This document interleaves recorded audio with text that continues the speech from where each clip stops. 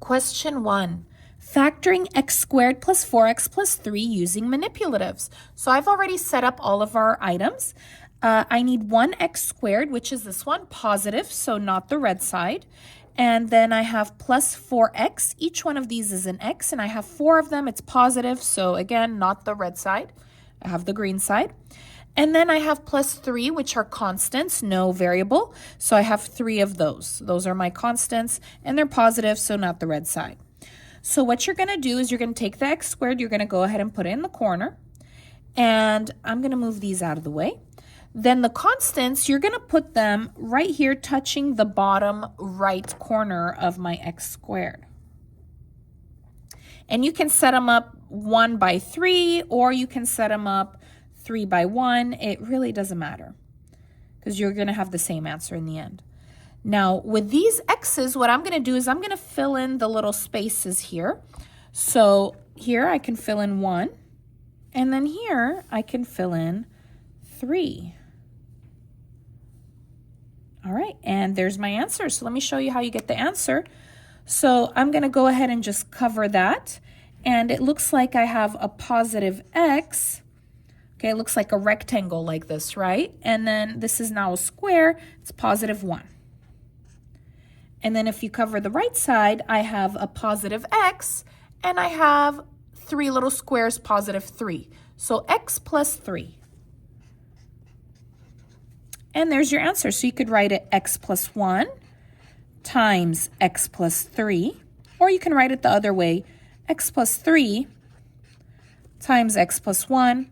Both of these answers are great answers for how to factor x squared plus 4x plus 3.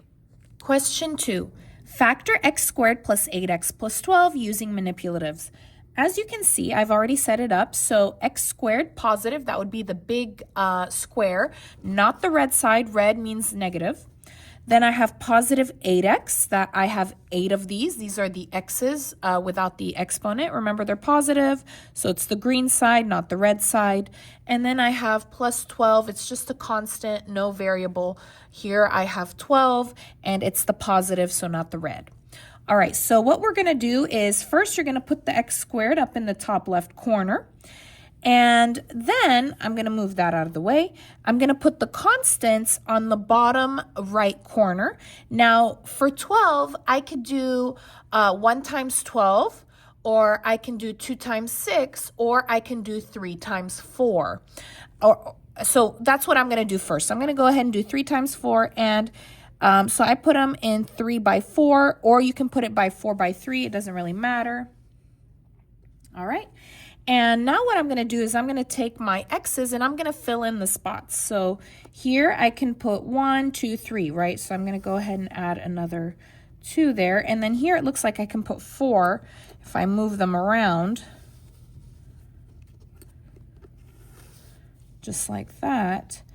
And take a look. It's full, but I still have one of these left, right? I didn't use all 8 x's. So it's not 3 by 4, okay? So it's not 3 by 4. So what I'm going to do is I'm going to go ahead and try 2 by 6 for the 12, okay? So I'm going to do, I'm going to go ahead and move those. Make it 2 by 6. All right, looks like I have 2 and 6 in each row. All right, and we're going to go ahead and fill it in here. So it looks like I can fill in 2 down on the bottom.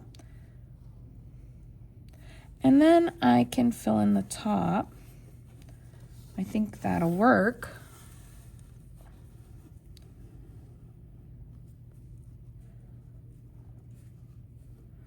All right, that works. That works. So this is going to be my answer.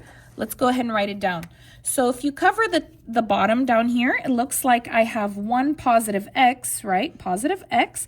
And I have 1, 2, 3, 4, 5, 6 little squares. If you cover it, it looks like squares. So positive 6 plus 6. And then if you cover that right side, I have a positive x and then plus 2. So x plus 2. And this is the answer for it being factored. So the answer is x plus 6 times x plus 2, Or you can have it the other way around, x plus 2 times x plus 6. Doesn't really matter. So both of these are great answers. Question 3. X squared minus 5x plus 6. This is my positive x squared. Here I have negative 5x, and here I have positive 6. We're going to go ahead and start like we did before. You're going to take your x squared, you're going to put it in the top left corner. And then you're going to go ahead and take your positive 6 tiles, the constants, and put them right here. Remember, I could do 1 times 6, so I could do it 1 by 6, where I have them next to each other like that. Or I can do it 2 by 3 or 3 by 2. It doesn't really matter. I'm going to go ahead and do it here 2 by 3. There we go. And you put that on the bottom right corner of the x squared. Now I'm going to take my negative 5x, which are in the red because they're negative, and I'm going to go ahead and fill in those spaces right here. So I can put 3 here. And I can put 2 here. So that works out perfectly for me. And I can go ahead and do my answer. So remember, if you cover that up, it looks like I have x, and then this is negative 3. I have 3 of those, negative 3. So x minus 3, they're negative because they're red. And if you cover this up, here I have x minus 2, x minus 2, there are 2 of them, and they are red, so they are negative. And so your answer is x minus 3 in parentheses times x minus 2 in parentheses, or you can have it the other way around, x minus 2 times x minus 3. So both of those are good options. Question 4, factor n squared plus 4n minus 12. Guys, don't be scared about the n. Just pretend it's an x. So I have 1n squared, which is this. I have 4 positive n's, and I have 12 negative constants right here. All right, so we're going to start like normal. You're going to go ahead and put your square on the top left, and I'm going to move this out of the way. Now, here, guys, you have some options. You can do 2 by 6 like I have here, or you can have 1 by 12 where you put them all right next to each other, right? 1 by 12. Or you can do it 3 by 4, which would be just putting them like this. I'm going to do it the correct way first, and then I'm going to show you what happens if you choose the other options. Okay, so actually the correct way is 2 by 6. I'm going to do it the correct way, and then I'll show you what happens if you do it wrong. All right, so I'm going to do 2 by 6, and I'm going to go ahead and put those here, and I'm going to fix them up.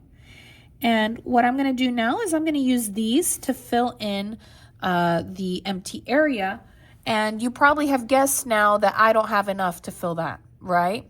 So I'll show you what happens. So I'm going to go ahead and put all of the greens together. I don't want to put 2 greens here and some greens here. Okay, I need them all to be together, so I'm going to go ahead and put them all on the top here.